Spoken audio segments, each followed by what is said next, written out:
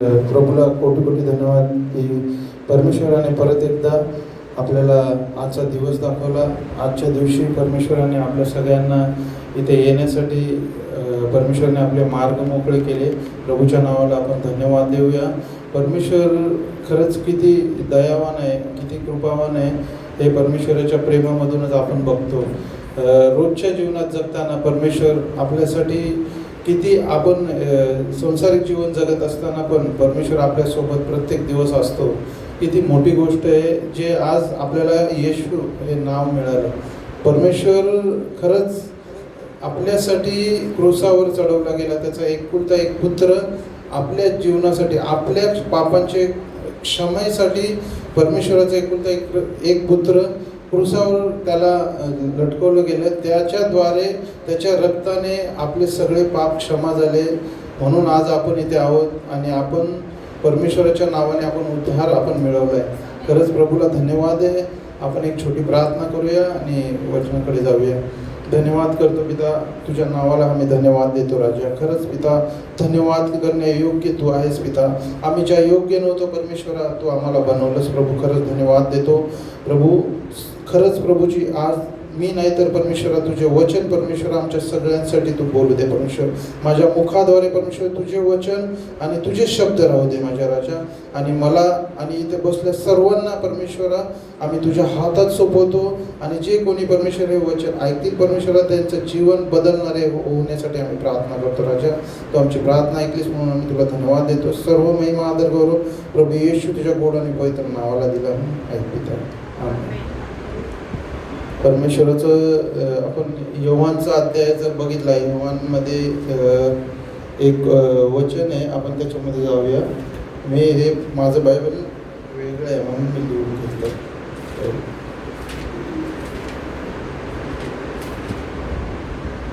येशूचं प्रेम म्हणजे येशूच्या प्रेमावरती आज आपण हे जे वचन आहेत ते आपण घेऊया. परमेश्वराचं वचन ते योहान 3:16, जे की कारण देवाने जगावर इतकं प्रेम केलं की त्याने आपला एकुलता एक पुत्र दिला. प्रभूला धन्यवाद देऊया.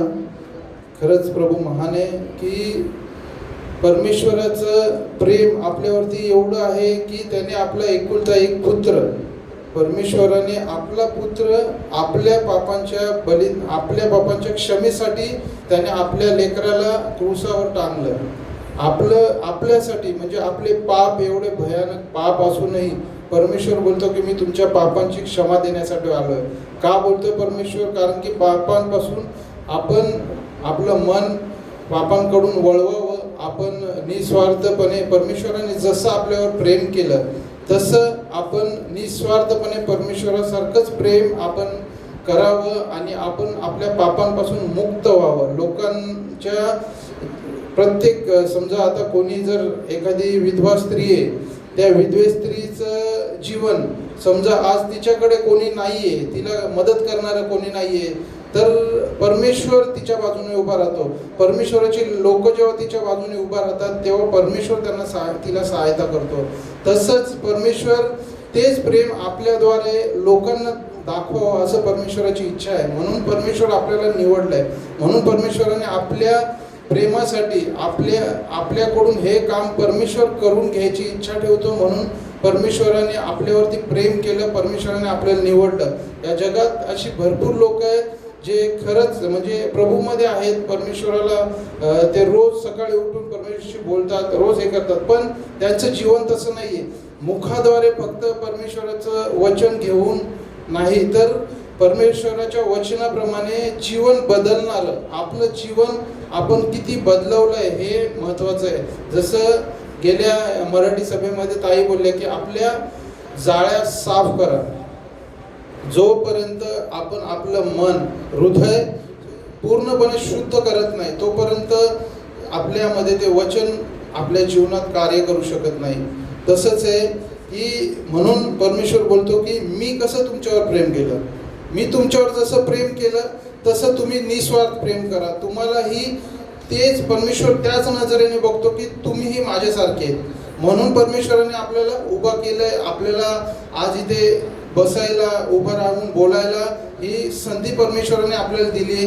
कारण की परमेश्वर आपल्याद्वारे जे लोक आज पापामध्ये, जे नशेमध्ये, जे रोगराईमध्ये, त्या लोकांना सोडवण्यासाठी परमेश्वर आपल्याला परमेश्वर यूज करायला बघतो. कारण की परमेश्वर हेच बोलत आहे की जसे माझे चेले, हे 12 चेले होते, जसे 12 चेले या एवढ्या मोठ्या पृथ्वीवरती जे परमेश्वराने बनवलेलं साम्राज्य आहे, त्या साम्राज्यामध्ये लोकांच्या हिताचं कारण बनले, तसं आपणही कुठेतरी लोकांच्या हिताचं कारण, लोकांच्या एक आनंदाचे कारण बनलं पाहिजे. लोकांच्या दुःखामध्ये आपण उभा राहून त्यांच्यासाठी उभा राहिलं पाहिजे. असेच काही गोष्टी आहेत. तर परमेश्वर ह्या सगळ्या गोष्टीतून हेच दाखवतो की मी तुमच्यावर जसं प्रेम केलं तसं तुम्ही प्रेम करा, तुम्ही एक दुसऱ्यांवरती प्रेम करा. परमेश्वर हेच बोलतो की तुम्ही जेव्हा प्रेम कराल, क्षमा कराल, तेव्हा प्रेम कराल. क्षमा केली तर तुम्ही ऑटोमॅटिकली सगळ्यांवरती प्रेम करू शकता.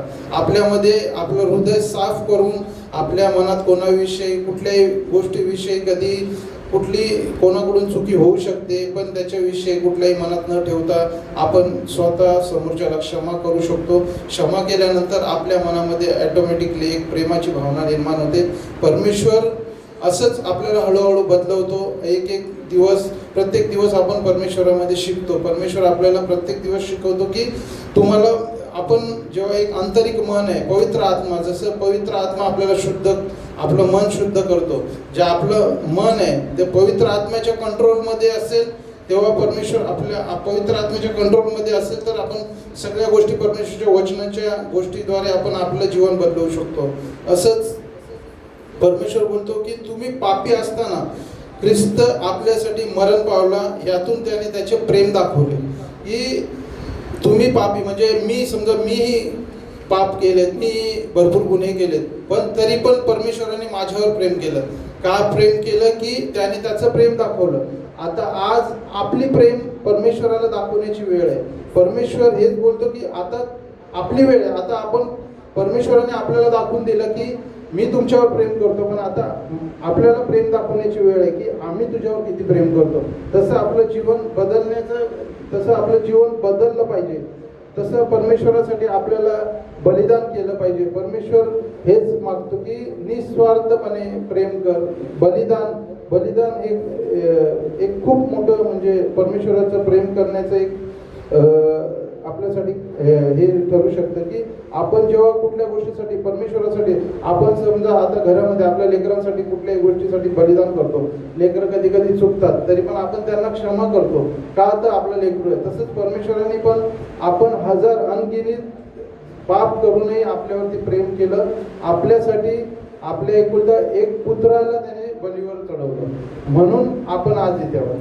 मग तेच आहे की प्रेम हे फक्त बोलून नाही.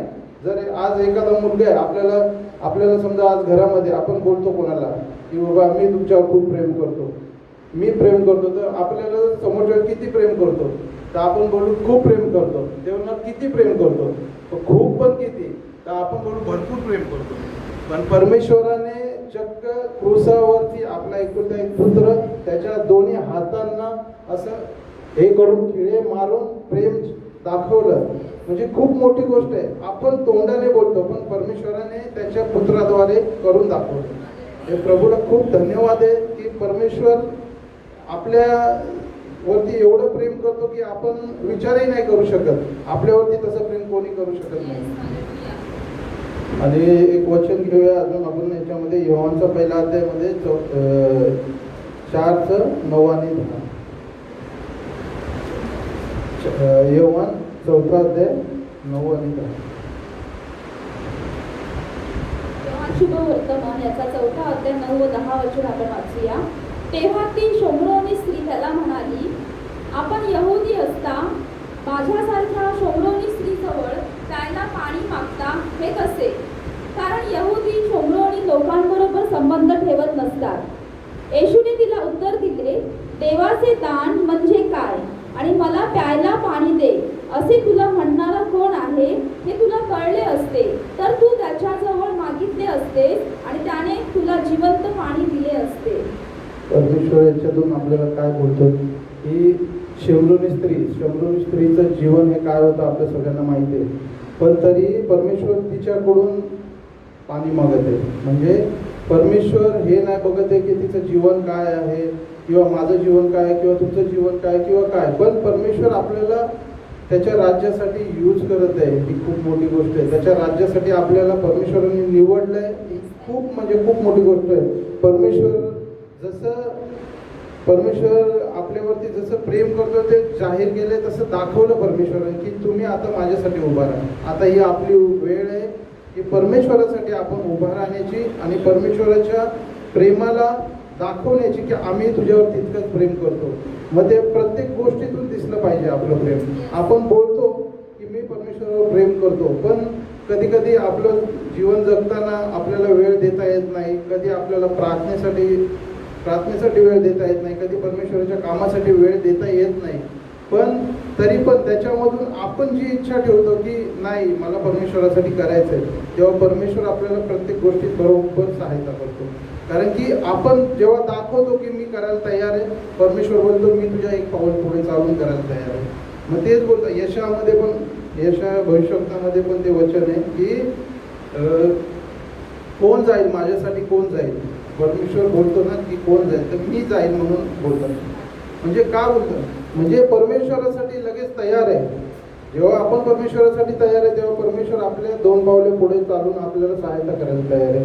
परमेश्वरला खरंच खूप धन्यवाद आहे. आणि परमेश्वर बोलतो मी तुला सनातन प्रेम केले, म्हणजे विचारही नाही करू शकत की एवढं प्रेम परमेश्वराने आपल्यावरती केलं. प्रभूला खरंच धन्यवाद आहे. आणि आज जगात लोक प्रेम शोधतात.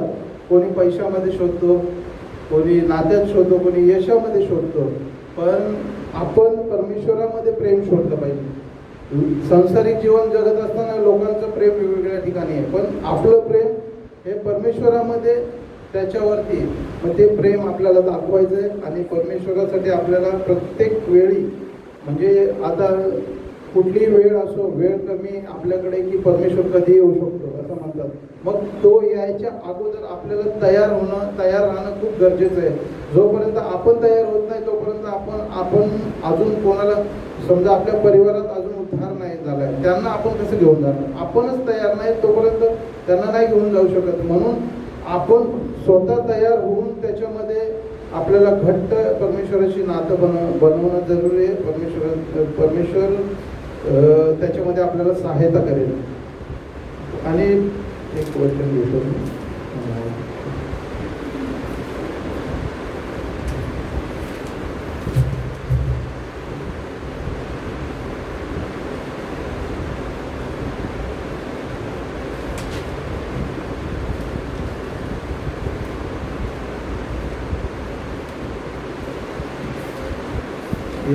यशाचा पहिला जो अध्याय आहे त्याच्यामध्ये देव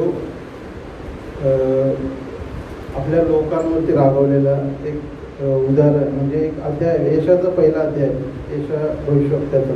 त्याच्यामध्ये पहिल्याच एक असा परमेश्वराचा संदेश आहे की देव आपल्या लोकांवर रागवतो, पण तो नाकारत नाही ना.